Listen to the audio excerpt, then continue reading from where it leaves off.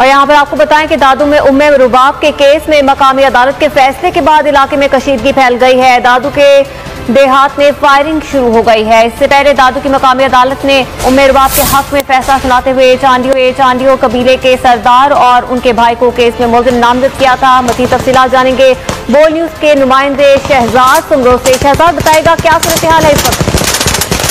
देखिए जी, ये मेयर के गाँव है बाजार वहाँ और ड्रिप केजी के इलाके हैं जिनमें जो है दोनों फरीकैन के जो है इलाकों में कशीदगी की सूरत हाल है। फायरिंग का तबादला किया जा रहा है जिसमें शदीद फायरिंग और गोलियों की बारिश की जा रही है।